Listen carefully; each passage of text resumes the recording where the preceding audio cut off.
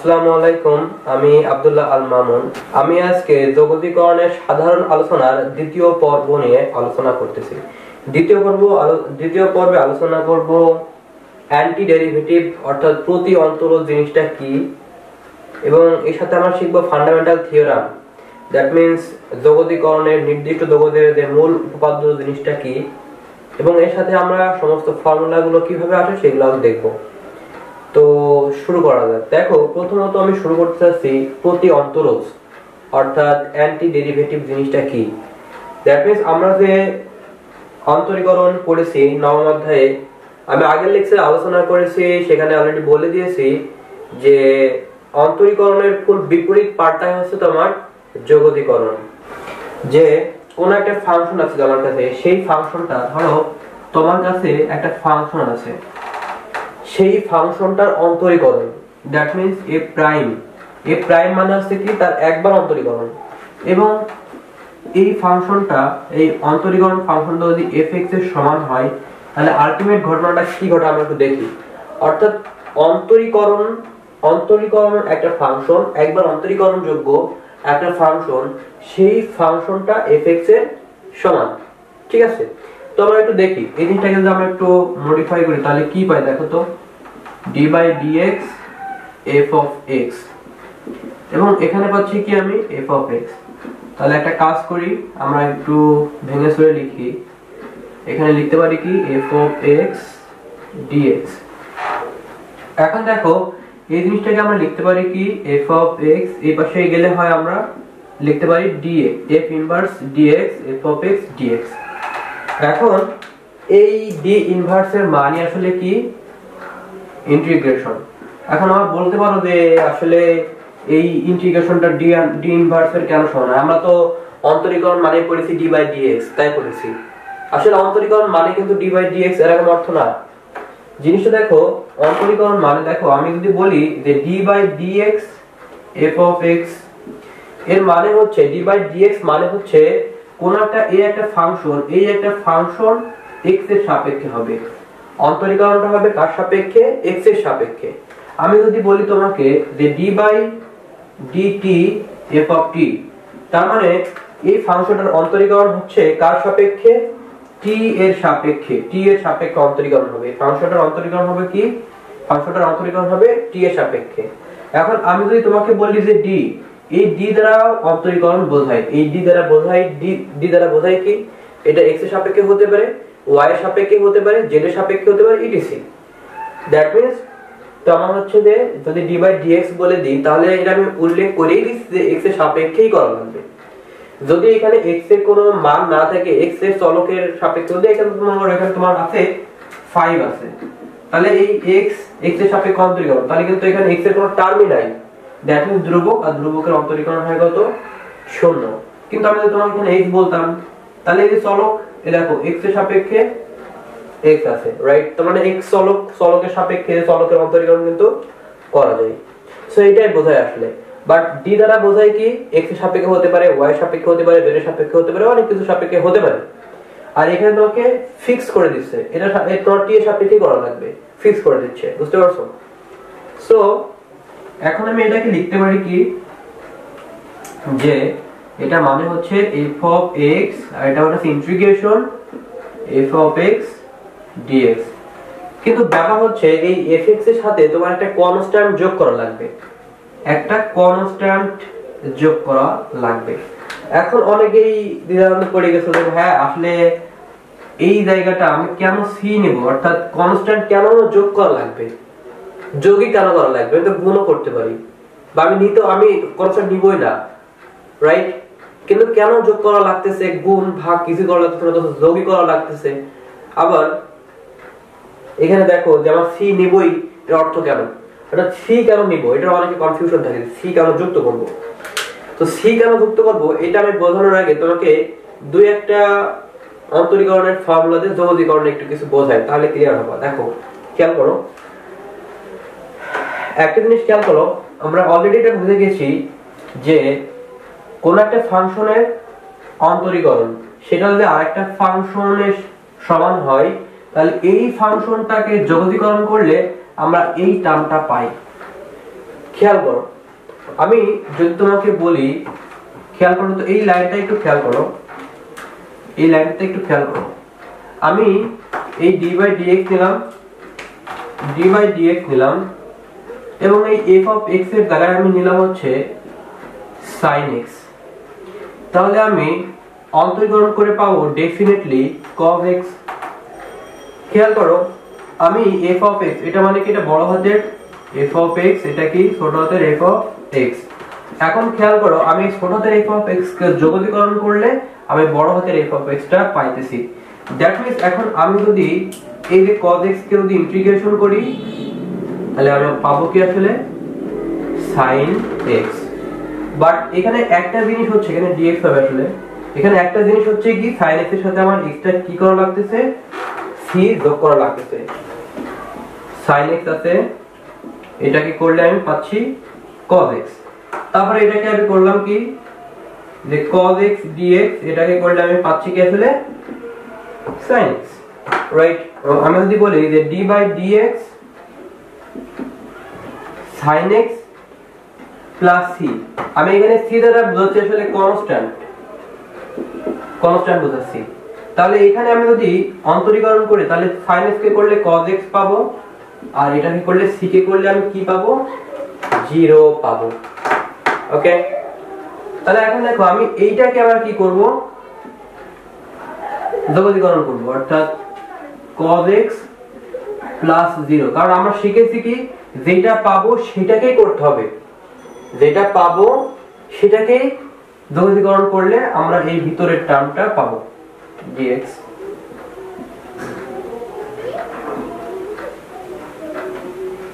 sin x plus c, এটা পাচ্ছি। তাহলে এখন খেয়াল করো, একটা জিনিস খেয়াল করো, যে আমি sin x কে অন্তরীকরণ করলে cos x পাচ্ছি, cos x কে যোগীকরণ করলে আমরা sin x পাচ্ছি। আবার এখান থেকে একটা শূন্য হয়ে যাচ্ছে, দেখো sin x plus c, sin x plus c আর cos x প্লাস 0। এই যে এই টোটালটাকে আমরা করলে আসলে এই যে এই জিনিসটাকে করলে আমরা ভিতরে জিনিসটাকে করলে কি পাবো, দেখো তো, দেখছো, খেয়াল করছো, দেখো সেই শূন্য থাকা না থাকা কিন্তু সেম কথা, রাইট? বুঝতে পারছো ব্যাপারটা? তার মানে যে এখানে যখন আমি c দিচ্ছি না, তখন cos x এবং cos x এর জন্য আমি sin x পাচ্ছি। বাট এখানে দেখো আমি যখন কনস্ট্যান্ট যুক্ত করে দিচ্ছি, তখন শূন্য হয়ে যাচ্ছে না, এবং এই টার্মটাকে আমরা এখন করলে কি পাচ্ছি, এটা পাচ্ছি, রাইট? তার মানে এখানে আমি এক্সট্রা শূন্য কি করা লাগতেছে, দেখো তো, শূন্য এর যোগ আছে না, এখানে যোগ আছে না, খেয়াল করো, যোগ। আর যদি তুমি এখানে মনে করো আমি গুণ করব, হ্যাঁ, যদি তুমি গুণ করতে চাও তাহলে তো পুরো টার্মটাই শূন্য হয়ে যাবে, এখানে পুরো টার্মটাই শূন্য হয়ে যাবে। এজন্য আমরা গুণ করতে পারতেছি না, এজন্য আমরা অবশ্যই কি করা লাগবে, যোগ করা লাগবে। যোগ করার অর্থ কি, আমি যদি শূন্য যোগ করি, শূন্য যদি যোগ করি, তাহলে শূন্য থাকলেও এক কথা, না থাকলেও এক কথা, কিন্তু শূন্যর জন্য আমি ইন্টিগ্রেশন কি পাই, অলরেডি বুঝে গেছি, শূন্যর জন্য ইন্টিগ্রেশন আমরা কি পাই, c পাই। সো এখানে কিছু না থাকা মানে কিন্তু আসলে কি আছে, শূন্য আছে। কিছু না থাকা মানে কি আছে, শূন্য আছে, এবং শূন্যর ইন্টিগ্রেশনটা কি পাচ্ছি আমরা, c পাচ্ছি। সো তুমি এই জিনিসটা কখনো অ্যাভয়েড করতে পারবে না। এই c এর মান হতে পারে 1 2 3 4 5 6 ইত্যাদি, অনেক কিছু হতে পারে। এখন এই জিনিসটা যে আসলে c হচ্ছে, এখন c কিভাবে নির্ণয় করতে হয় বা এই ধরনের আদৌ ম্যাথ আছে কিনা, তো আমরা একটা एग्जांपल দেখে ফেলি। ওকে, তাহলে আমরা এই ম্যাথটা দেখি, এই ম্যাথটা দেখলে আমরা ক্লিয়ার হয়ে যাবে, আসলে ব্যাপারটা ক্লিয়ার হওয়া যাবে। তো দেখো, প্রতি অন্তরোধের ম্যাথ দেখি আমরা। দেখো, বলা হচ্ছে একটি প্রতি অন্তরোধ নির্ণয় করো, অর্থাৎ অ্যান্টি ডেরিভেটিভ। দ্যাট মিন্স প্রতি অন্তরোধ মানে কি, যোগজীকরণ। ক্লিয়ার ব্যাপারটা? অর্থাৎ অন্তরীকরণের উল্টা, দ্যাট মিন্স যোগজীকরণ। নির্ণয় করো যার এত বিন্দুগামী, 25 বিন্দুগামী, এবং x এর যে কোনো মানের জন্য ঢাল হবে এইটা, তো তীর্যের সাহায্যে সেটা আবার দেখাতে হবে। তো খেয়াল করো, আমার কাছে দেওয়া আছে, কোনটা বলতো, এটা দেওয়া আছে, রাইট? সো dy/dx = 2x তোমার দেওয়া আছে। তো আমরা একটু দেখি, খেয়াল করো, আমরা এই টার্মটা নিয়ে আসি, অ্যানসার, সলিউশন। খেয়াল করো, dy/dx = কি তোমার 2x। তাহলে যেভাবে শিখাইছিলাম সেভাবে করো, 2x dx। এবার y = কি হবে, ডি ইনভার্স qx dx। ওকে, তো তাই y ইকুয়াল টু কি হবে তোমার integration qx dx, right? So খেয়াল করো y ইকুয়াল টু এখানে কি হবে তোমার, সূত্রটা লিখি দেখো, x dx xn, এটা সূত্র তোমার ইন্টিগ্রেশন, উপরে যা থাকবে তার সাথে এক যোগ করবা, নিচে এটা ভাগ করবা। তো এই সূত্রগুলো আমি লিখে দিব আসলে। ওকে, খেয়াল করো তাহলে এখানে তোমার পাবা কি, এ পাওয়ার আছে 1, তাহলে x 1 + 1/2, এখানে একটা c নিতে হবে, তোমার c নিতে হবে, তাহলে y = x² + c। এখন বলতেছে যে এই যোগজীকরণটা আবার এই যে প্রতি অন্তরজ মানে কি যোগজীকরণ, এখন বলতেছে এই যোগজীকরণটা কোন বিন্দুগামী, 2 5 বিন্দুগামী। তাহলে 2 5 বিন্দুগামী বসায় দাও। তাহলে এটা যদি 2 5 বিন্দুগামী হয়, যদি 2 5 বিন্দুগামী হয় তাহলে এখানে হবে 5 আর এখানে হবে কত, 2² + c। তাহলে c = কত হচ্ছে তোমার 5 - 4, তাহলে c = 1। দেখো খেয়াল করছো এখানে c মান 1। তো এখন ম্যাথ ওখানে যদি বিন্দুটা চেঞ্জ করে দেখাচ্ছে 2 6, তাহলে তোমার এখানে 1 হবে না, বুঝতে পারছো ব্যাপারটা? তো সব সময় যে c মান 1 হবে এর কোনো অর্থ নাই। সো c এর মান কিন্তু চেঞ্জেবল। খেয়াল করো x² + 1, এবং এইটাই হচ্ছে আমার ইন্টিগ্রেশন। তো প্রতি অন্তর আমার নির্ণয় শেষ। প্রতি অন্তর নির্ণয় করতে হবে যে এত বিন্দুগামী হলে, সেটা আমি নির্ণয় করে ফেলাই অলরেডি। এখন খেয়াল করো আমি চিত্রের সাহায্যে প্রতি অন্তরজ দেখাতে হবে। তাহলে চিত্রের সাহায্যে প্রতি অন্তরজটা আমি একটু দেখাই। তাহলে তোমার হাতে ছিল কি দেখো dy/dx = 2x, এবং তুমি পাইছো কি y = x² + 1। তাহলে এইটার গ্রাফটা আসলে কি হবে খেয়াল করো, তুমি কিন্তু y = x² এর জন্য গ্রাফটা জানো, রাইট? এই গ্রাফটা হচ্ছে যার পাওয়ার 1 সেই অক্ষকে দুই ভাগ করবে। এটা যদি x অক্ষ, এটা যদি y অক্ষ হয়, তাহলে যার পাওয়ার 1 সেই অক্ষকে দুই ভাগ করবা। আর যেহেতু উপরে y এর আগে পজিটিভ আছে, সো অবশ্যই সেটা উপরে দিকে হবে, অর্থাৎ y অক্ষকে দুই ভাগ করে দিলাম। বুঝতে পারছো ব্যাপারটা?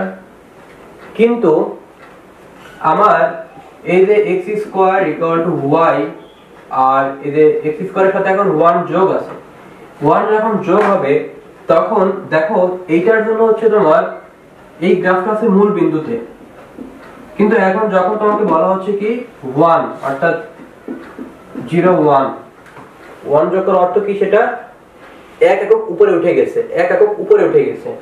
দ্যাট মিন্স এখন এখানে থাকলো, আমি এখানে লেখা দিলাম, অর্থাৎ এটা আমি x অক্ষ দিয়ে দিলাম। বুঝতে পারছো ব্যাপারটা? তখন সেটা 0 1 বিন্দুতে শিফট হয়ে গেছে। 1 যোগ করা মানে কি, সেটা y অক্ষ বরাবর এক একক শিফট হয়ে গেছে, এবং এটা হচ্ছে তোমার কি গ্রাফ।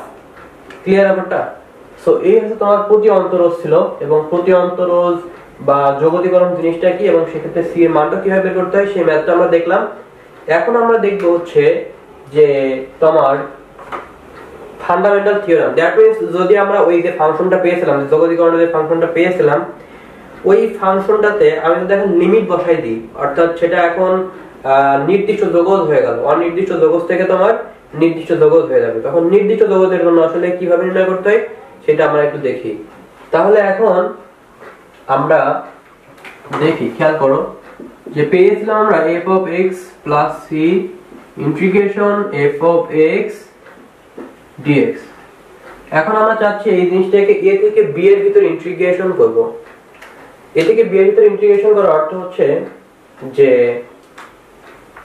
এই জিনিসটাকে তার হচ্ছে যে নির্দিষ্ট যোগজ করে ফেলেছে। দেখো আগে আমি প্রথম লেকচার 1 নম্বর লেকচার আলোচনা করেছিলাম, সেখানে বলেছিলাম যে একটা আবদ্ধ ক্ষেত্র থাকবে এবং সেই অঞ্চলের আমরা কি করব, ক্ষেত্রফল নির্ণয় করব, এবং সেটা লিমিট তোমাকে বলে দিচ্ছি a থেকে b পর্যন্ত। তাহলে এখন খেয়াল করো আমরা একটু মানটা বসাই যে a থেকে b এর ভিতর আমরা ইন্টিগ্রেশন করতে চাচ্ছি। তাহলে দেখো a থেকে b এর ভিতর আমি জাস্ট লিমিটটা বসাই দিলাম।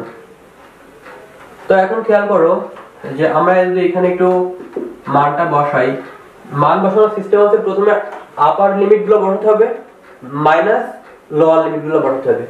সো আপার লিমিটটা কি এটা, এবার আমরা লোয়ার লিমিটটা বসাই f(a + c), এবং এটা হচ্ছে আমার লিমিট বসানোর সিস্টেম, এবং ডান পাশে যেটা থাকলো সেটা এভাবে থাকলো তাহলে দেখো f of b plus c f of a minus c integration a of b f of x dx। তো আমার এখান থেকে c c কাটা যায়, তাহলে f of b minus f of a integration f of x dx। তো এখান থেকে একটু ক্যালকুলেশন করি, f of x dx side change করি, এই মানটা পেলাম আমরা। তো এখন দেখো খেয়াল করো, আমি যদি এই ইকুয়েশনে আমি যদি এখানে তোমার থিটা না বসাতাম তাহলে কিন্তু আমার এই লাইনটা করা লাগতো না, এই দুই লাইন করা লাগতো না, একবারে এই লাইনের পরে আমি এই লাইনটা লিখতে পারতাম, রাইট? খেয়াল করতেছো যে আমার এখানে সি থাকুক বা না থাকুক, আমার এখানে সি থাকুক বা না থাকুক, সেটা কিন্তু আমার আলটিমেট ইকুয়েশনে আসতেছে, এখানে কি আমার সি যোগ করা লাগতেছে, সিটা উদা হয়ে গেল না? কখন উদা হলো? যখন তোমার হচ্ছে যে আমি নির্দিষ্ট করে দিচ্ছি, যোগতিকরণটা নির্দিষ্ট করে দিচ্ছি, অর্থাৎ এ থেকে বি এর ভিতরেই। আগে যে প্রতি অন্তরস্থ নির্ণয় করেছিলাম সেটা কিন্তু অনির্দিষ্ট ছিল, কারণ এই যে ইন্টিগ্রেশনে এটা কি এ থেকে বি এর ভিতরে, এটা তোমাকে আমি বলিনি আগে, কিন্তু এখন বলে দিচ্ছি যে একটা ক্ষেত্রের ভিতরে করা লাগবে, একটা ক্ষেত্রের ভিতরে। সো যখন আমি তোমাকে একটা নির্দিষ্ট করে দিচ্ছি যে এই ক্ষেত্রের ভিতরেই করা লাগবে, তখন কিন্তু আমার সি টার্মটা যোগ করা লাগতেছে না। সো নির্দিষ্ট যোগকরণের ক্ষেত্রে সি থাকুক বা না থাকুক কোনো সেটা তোমার শেষে যোগ হয় না, বুঝতে পারছো ব্যাপারটা? সো কনস্ট্যান্টটা এখানে আসবেই না, কনস্ট্যান্টটা যোগ করা লাগবেই না। তো যোগতিকরণের ক্ষেত্রে নির্দিষ্ট অনেকের কোশ্চেন থাকে আসলে যে আমরা সি যোগ করতেছি, আবার নির্দিষ্ট যোগতিকরণে সি যোগ করতেছি না কেন? সেটা কিন্তু তোমার যে ফান্ডামেন্টাল থিওরাম, এটা হচ্ছে কি মূল উপপাদ্য, নির্দিষ্ট যোগদের মূল উপপাদ্য, নির্দিষ্ট যোগদের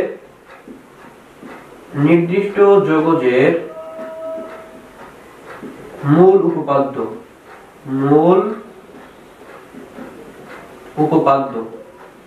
নির্দিষ্ট যোগতিকরণের মূল উপপাদ্য। এবং তোমার ইন্টিগ্রেশন দেখছো জাস্ট সিঙ্গেল ইন্টিগ্রেশন, এবং এর পরবর্তীতে তোমার ডাবল ইন্টিগ্রেশন, ট্রিপল ইন্টিগ্রেশন, এগুলো তোমার অনার্স লেভেলে পড়ানো হয়। বাট তোমাকে শুধুমাত্র এই সিঙ্গেল ইন্টিগ্রেশনের উপরে ব্যাপক পরিমাণে ধারণা অর্জন করতে হবে, না হলে তুমি অ্যানসার করতে পারবে না। ইন্টিগ্রেশনটা এতটা সহজ না, ওকে? আর যাদের কাছে সহজ লাগে তাহলে তো তাদের জন্য অনেক বেটার। যাই হোক, তো দেখো এখানে জিনিসটা কি যে এই ফাংশনটা আছে, আমরা কি করলাম, বি এর মানটা বসালাম মাইনাস এর মানটা বসালাম, রাইট? এবং ব্যবধি তোমাকে বলে দিয়েছি কি, এই ব্যবধিটা হবে কি তোমার এ থেকে বি এর ভিতরে, এ থেকে বি এর ভিতরে যদি ফাংশনটা আসলে অন্তরীকরণযোগ্য হয়, এই ফাংশনটা যদি অন্তরীকরণযোগ্য হয় তাহলে আমরা এই ইকুয়েশনটা পাই। সো আমরা এখন এই সূত্র দিয়ে একটা ম্যাথ দেখব, কেমন আসলে ম্যাথটা। সো একটা ম্যাথ দেখে ফেলি। তাহলে দেখো এই ম্যাথটা আমরা একটু দেখি, খেয়াল করো যে আমরা এখানে সূত্র কিন্তু পেয়েছিলাম কি এ থেকে বি এর ভিতরে যেটা করি, তাহলে f of b f of a, তাহলে এখানে হবে কি আমার f of 12 f of 0, right? তো এখন আমার কাজ হচ্ছে যে খেয়াল করো যে আমি এই ফাংশনটা পেয়েছিলাম, এই ফাংশনটা কিন্তু তোমার কি অন্তরীকরণ, এই ফাংশনটার অন্তরীকরণ, অর্থাৎ দেখো 3x² 2 প্লাস 5 into x, এই যে এইখানটায় মান বসাতে হবে, রাইট? সো এখন খেয়াল করো যে f of 3 into x, এটা হবে 12² 2 প্লাস 5 into 12, আর এখানে হবে কত 3 into 0² 2 প্লাস 5 into 0। তাহলে তুমি যদি এটা করো তাহলে আলটিমেট आंसर হবে কি 276, ক্যালকুলেশন করো 276 হবে না। সো এই হলো তোমার ফান্ডামেন্টাল থিওরাম দে ম্যাথ। তো আমি প্রথমে অ্যান্টি ডেরিভেটিভ দেখলাম, এর পরবর্তীতে দেখলাম তোমার হচ্ছে যে ফান্ডামেন্টাল থিওরাম, এবং দুইটা দিয়ে আমি কিন্তু দুটো ম্যাথ দেখাইছি। এবং এর পরবর্তী লেকচারে আমরা আলোচনা করব যে যোগতিকরণের সূত্রগুলো কিভাবে আসে, সেই জিনিসগুলো দেখব। তো আমার আজকের এই ক্লাসটা আমি এখানে শেষ করতেছি। আজকের এই ক্লাসে যদি কোনো কোশ্চেন বা কোনো মতামত থাকে তাহলে তোমার নিচের কমেন্ট বক্সে অবশ্যই জানাও। আর আমার এই ক্লাসটা যদি তোমার একটু হেল্পফুল হয়ে থাকে তাহলে অ্যাট লিস্ট তোমার দুইজন ফ্রেন্ডকে শেয়ার করো। নেক্সট ক্লাস পাওয়া পর্যন্ত অপেক্ষা করো, সেই পর্যন্ত সবাই ভালো থাকো। ধন্যবাদ সবাইকে।